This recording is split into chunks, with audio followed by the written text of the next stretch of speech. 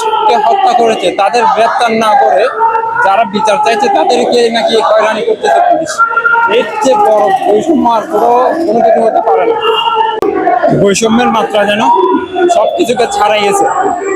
আপনি দেখেন হাসনাত আবদুল্লাহর ক্ষেত্রে ঘন্টার মধ্যে যদি 2-4 জনকে গ্রেপ্তার করা হয়, তাহলে একজন হত্যা হয়ে যাওয়ার পর মৃত ব্যক্তি পর তার হত্যার কাউকে গ্রেপ্তার করা হয় নাই, গড়িমসি করা হচ্ছে, মামলা নেওয়ার ক্ষেত্রে হয়েছে, কিন্তু গ্রেপ্তারের ক্ষেত্রেও দেখা যাচ্ছে কাউকে এখনো গ্রেপ্তার করা নাই। বরং যারা রইস হত্যার কাজে বিচার চেয়েছে তাদেরকে নাকি পুলিশ হয়রানি করতেছে। এর চেয়ে বৈষম্যের ব্যাপার আর কি হতে পারে? এর চেয়ে বড় বৈষম্য আর কি? জাহেলিয়াতের যুগকেও মনে হচ্ছে হার মানিয়ে ফেলছে এই বৈষম্যটা। যারা রইসকে হত্যা করেছে তাদের গ্রেপ্তার না করে যারা বিচার চাইছে তাদেরকে নাকি হয়রানি করতেছে পুলিশ। এর চেয়ে বড় বৈষম্য আর কোনো কিছু হতে পারে না। তো আশা করব এইভাবে হবে না। যারা যেসব পুলিশ এই মব সৃষ্টি করার ক্ষেত্রে কাজ করে গেছে, মব সৃষ্টিতে সহায়তা করেছে, তাদেরকে আগে বহিষ্কার করে তাদেরকে আগে গ্রেপ্তার করা উচিত। এইসব পুলিশকে যদি আগে বহিষ্কার না করে গ্রেপ্তার করা না হয়, বৈষম্য দিন দিন বাড়তে থাকবে, থেকে যাবে।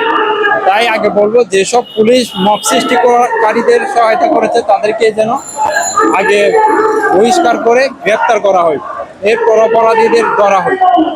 এসব পুলিশের কারণে কিন্তু আজকে বৈষম্যটা বিরাট ব্যবধানে চলে গেছে এবং বিরাট ব্যবধানের আকার ধারণ করেছে। তো আমি এটাই বলবো যে বৈষম্যটা কোথায়? হাসনাত আর রইস দুজনই তো মানুষ, দুজনই রক্তে মাংসের গড়া মানুষ, তারপরেও কেন তাদের মধ্যে এত বৈষম্য?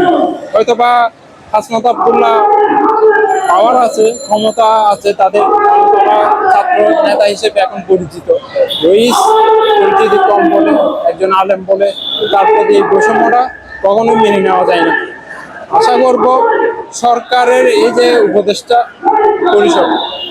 পরিষদের এই নীরব ভূমিকা কিন্তু আমাদেরকে আসলে আঘাত করতেছে, অনেক বেশি দুঃখ দিচ্ছে। কারণ আমরা কিন্তু ছাত্র আন্দোলন করেছিলাম বৈষম্য মুক্ত হওয়ার জন্য, আর সবচেয়ে বড় বৈষম্যের শিকারই আমরা হচ্ছি।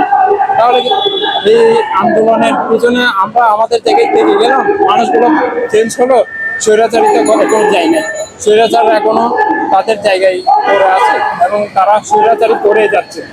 তো এই জন্য আমাদের হয়তো বা সংগ্রামকে আরো বেগবান করা ছাড়া আর কোনো উপায় আমি দেখতেছি না।